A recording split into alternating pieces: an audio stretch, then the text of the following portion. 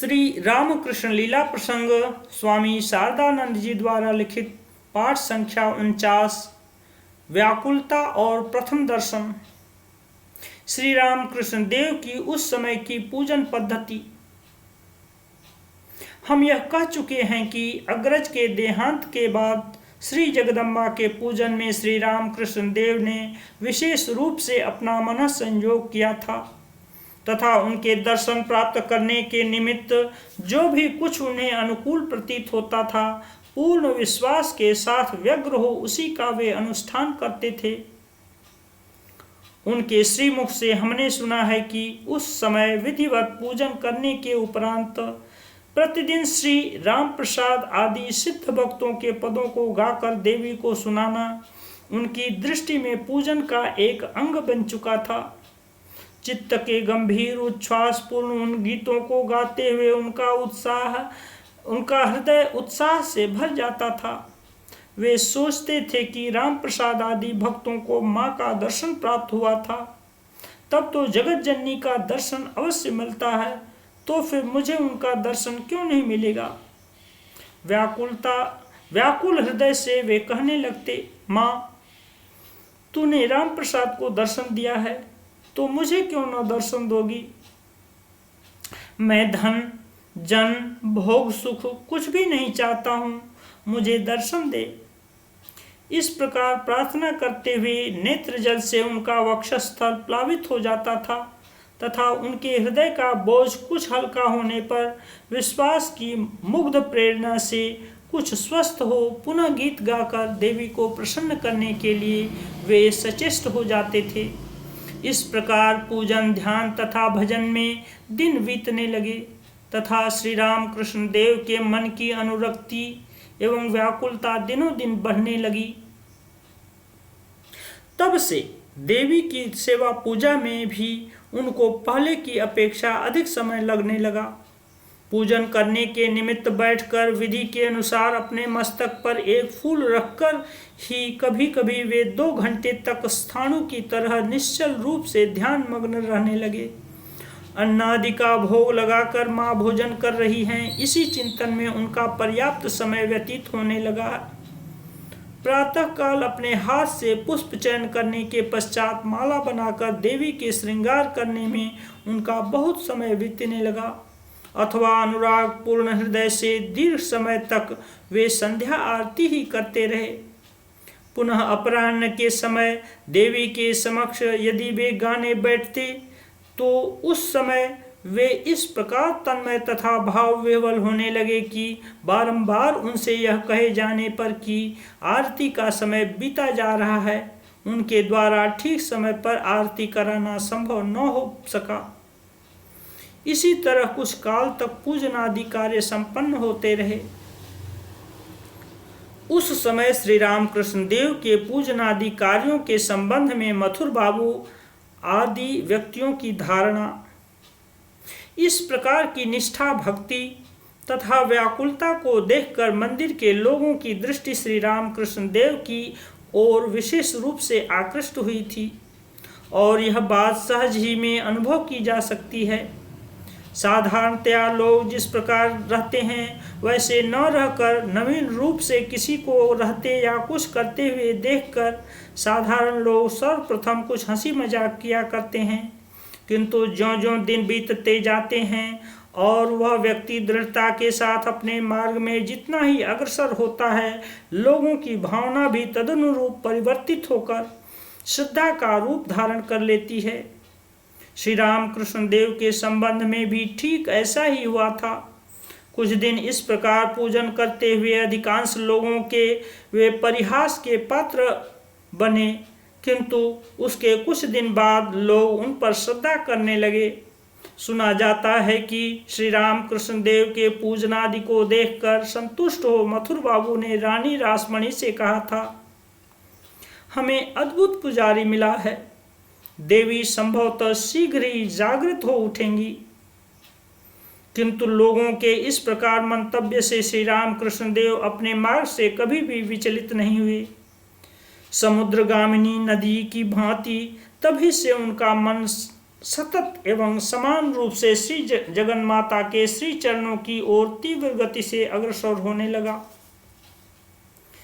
ईश्वरानुराग की वृद्धि से श्री रामकृष्ण देव के भीतर उपस्थित होने वाले शारीरिक विकार जैसे जैसे दिन व्यतीत होने लगे, श्री रामकृष्ण देव के हृदय की अनुरक्ति तथा व्याकुलता भी उसी प्रकार वर्धित होने लगी तथा इस प्रकार अविश्रांत रूप से एक ओर मन की गति होने के कारण उनके शरीर में भी नाना प्रकार के बाह्य लक्षण प्रकट होने लगे। उनका आहार, निद्रा आदि कम हो गए। शरीर का रक्त प्रवाह वक्षस्थल तथा मस्तिष्क में निरंतर द्रुत गति से प्रवाहित होने के कारण उनका वक्षस्थल सदा आरक्त रहने लगा।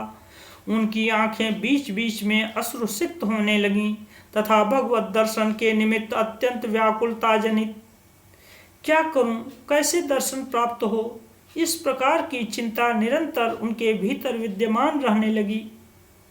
फलस्वरूप ध्यान पूजन आदि के समय को छोड़कर शेष समय में उनके शरीर में एक प्रकार की अशांति तथा व्यग्रता दिखाई देने लगी।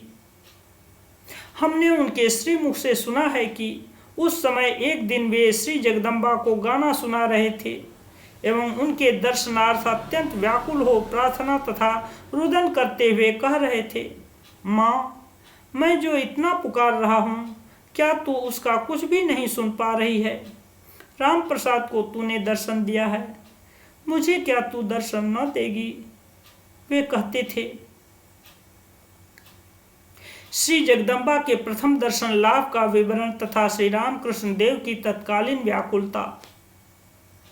माँ का दर्शन न मिलने से उस समय मेरे हृदय में असह्य यातना थी। जल रहित करने के लिए लोग जिस प्रकार बलपूर्वक अंगोछे को निचोड़ते रहते हैं, मुझे भी तब ऐसा ही प्रतीत हुआ, मानो मेरे हृदय को पकड़कर कोई वैसे ही निचोड़ रहा है। माँ का दर्शन संभवतः मुझे कभी भी प्राप्त न होगा, यह सोचकर वेदना से मैं तड़पने लगा। व्याकुल होकर मैं यही सोचने लगा कि इस जीवन में क्या लाभ है। उस समय मेरी दृष्टि माँ के मंदिर में रखी हुई तलवार पर सहसा जा पड़ी। तत्काल ही जीवन को समाप्त करने की भावना से उन्मत्त की तरह दौड़ता हुआ वहां जाकर मैं उसे पकड़ ही रहा था कि उसी समय सहसा माँ का मुझे अद्भुत दर्शन मिला तथा बेसुध होकर मैं गिर पड़ा। तदनंतर क्या हुआ, किस तरह वह दिन तथा दूसरे दिन व्यतीत हुए, मुझे उसका कुछ भी पता नहीं है, किंतु मेरे हृदय में एक अपूर्व घनीभूत आनंद का स्रोत प्रवाहित हो रहा था और मैंने माँ के साक्षात प्रकाश की उपलब्धि की थी।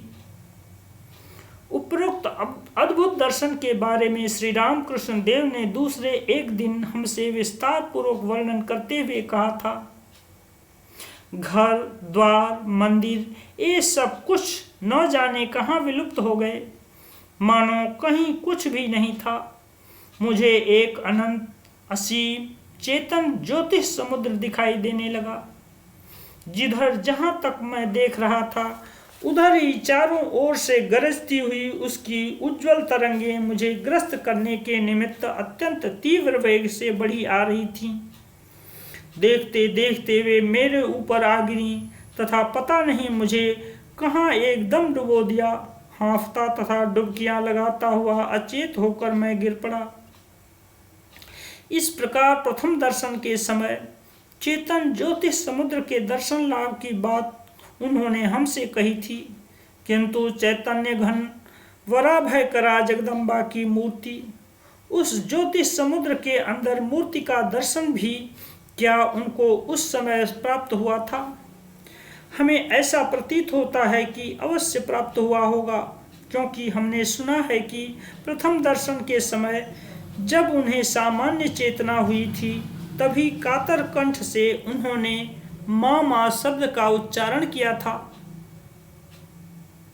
पूर्वोक्त दर्शन के विराम होने पर श्री जगदम्बा की चिन्मयी मूर्ति के दर्शन के निमित्त श्री रामकृष्ण देव के हृदय में एक अविश्रांत क्रंदन ध्वनि का प्रादुर्भाव हुआ था। बाह्यतः सब समय प्रकट न होने पर भी वह ध्वनि सर्वदा उनके भीतर विद्यमान रहती थी तथा कभी कभी वह इस प्रकार तीव्र हो उठती थी कि उनको दबाने में असमर्थ हो धरती पर गिरकर छटपटाते हुए, माँ मुझ पर कृपा करो, मुझे दर्शन दो, यह कहकर इस प्रकार वे रोने लगते थे कि वहाँ चारों ओर लोग एकत्रित हो जाते थे। इस तरह के अशांत आचरण को देखकर लोग क्या कहेंगे, इस बात की ओर उनका लेश मात्र भी ध्यान नहीं था। वे कहते थे, चारों ओर लोगों के खड़े रहने पर भी छाया या चित्रांकित मूर्ति की भांति वे मुझे अवास्तव जैसे प्रतीत होते थे। इसलिए मेरे मन में किंचित मात्र भी लज्जा या संकोच उत्पन्न नहीं होता था। उस असहनीय यातना से कभी कभी मैं बेसुध हो जाता था और उसके बाद ही मुझे माँ के वराभयकरा चिन्मयी मूर्ति का दर्शन प्राप्त होता था और मैं यह देखता था कि वह मूर्ति हंस रही है, बातें कर रही है और तरह तरह से मुझे सांत्वना तथा शिक्षा प्रदान कर रही है।